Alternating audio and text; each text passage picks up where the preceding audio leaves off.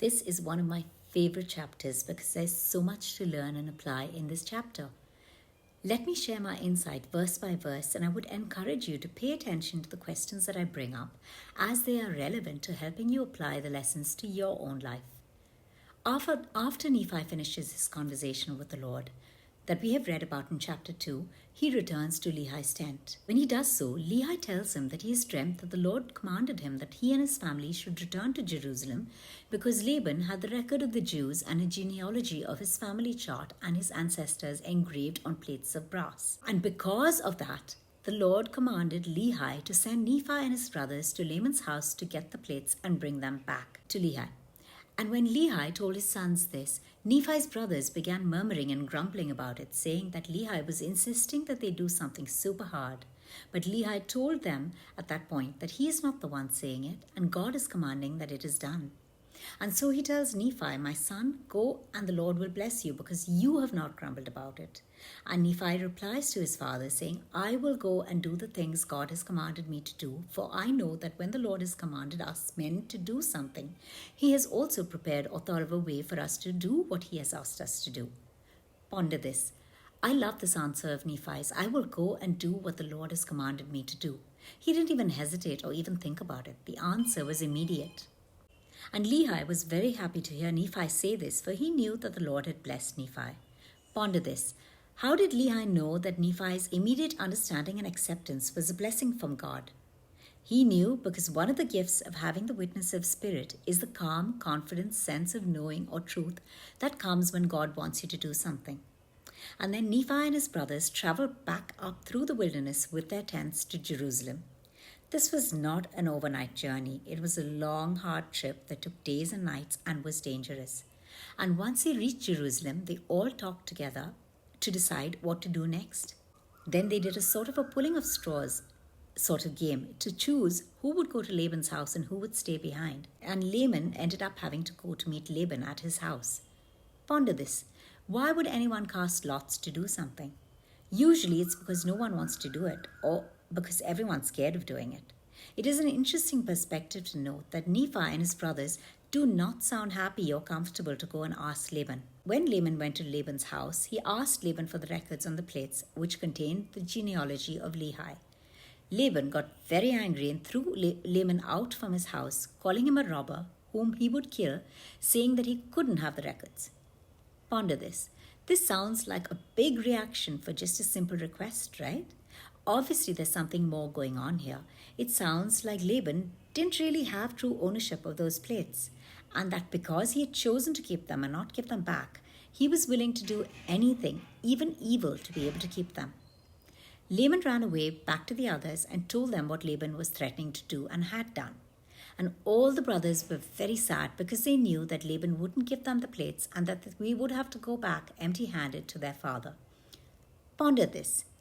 Again, here it sounds like the brothers already had an opinion or knowledge of the character of Laban, and that it was going to be impossible to get him to give them the plates that belonged to them rightfully.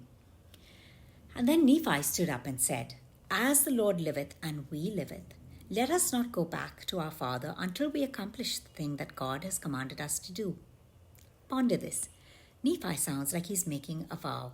With God's life and ours as witness, let us not go back until we finish what God has told us to do. He was saying this is a do or die situation. Let's go home only with the plates, or let's not go back at all. And Nephi suggested that they go down to Jerusalem, to their old home, where their father left all his gold and riches because of the commandment of God.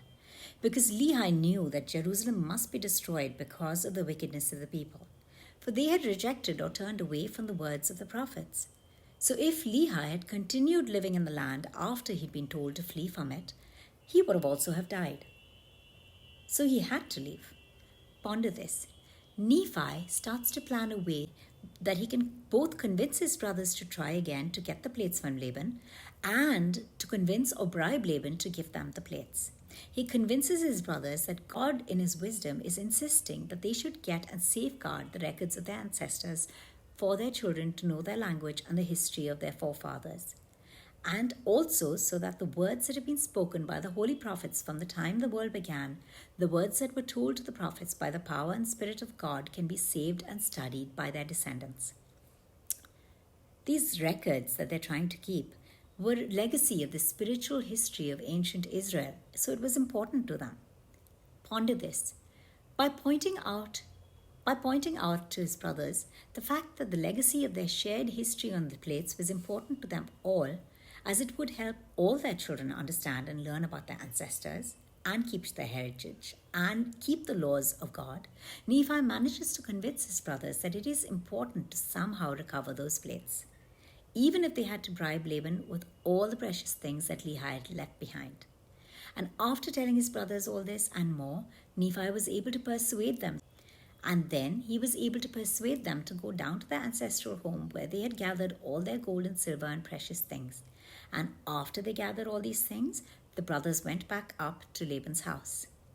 And they went in together to beg Laban to give them the records in exchange for all of Lehi's gold and silver. Ponder this. Nephi and his brothers likely went in together because they felt safer together as a group. Also, they were carrying all of Lehi's large treasure to give Laban in exchange for the plates, and this would have been too much for one person to carry. But when Laban saw their treasures, he became greedy and he tried to get his servants to kill the brothers so that he could get it all without giving them anything. Ponder this. What does this verse tell us about the nature of Laban? In fact, through this entire chapter, we hear a very insightful account of Laban's character and personality. What kind of person is one who keeps or covets things that belongs to someone else?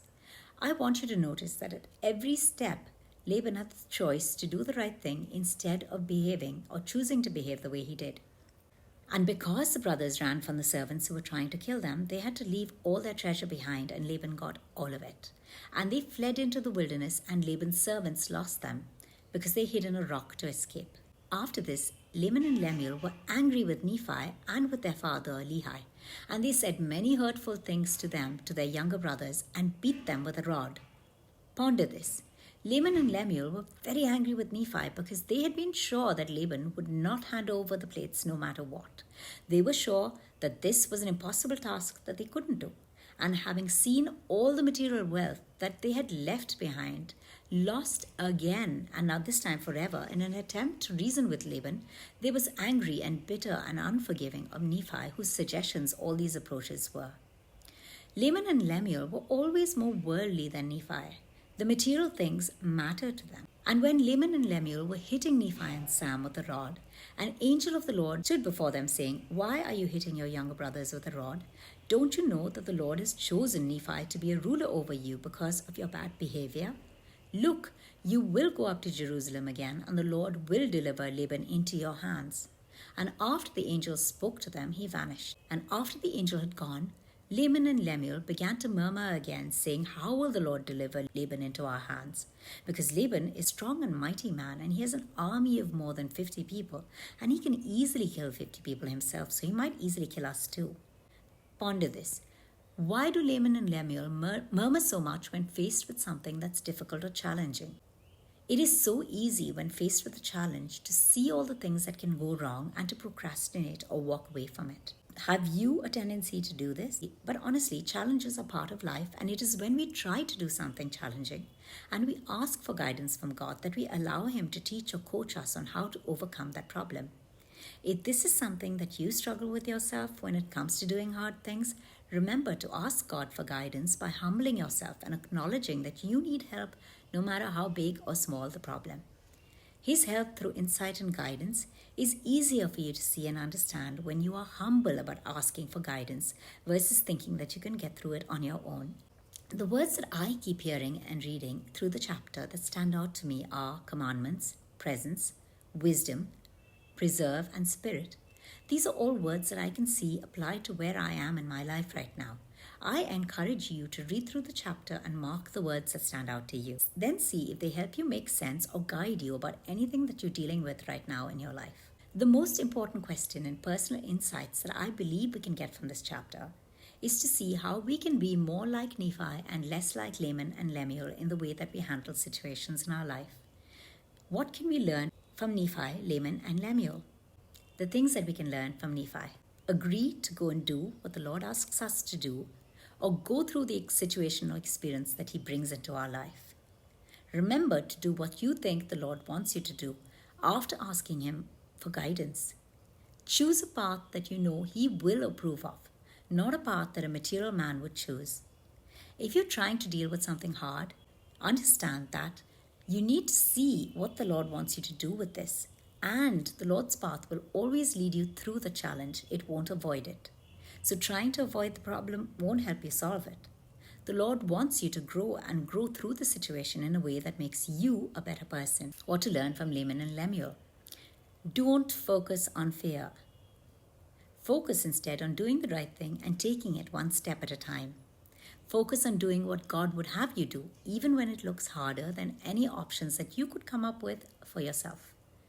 Turn to God for advice constantly. Trust in the Lord to lead you through everything. And trust in the fact that the Lord looks at things through a very long-term perspective, unlike us as humans who look at things through a short-term human perspective.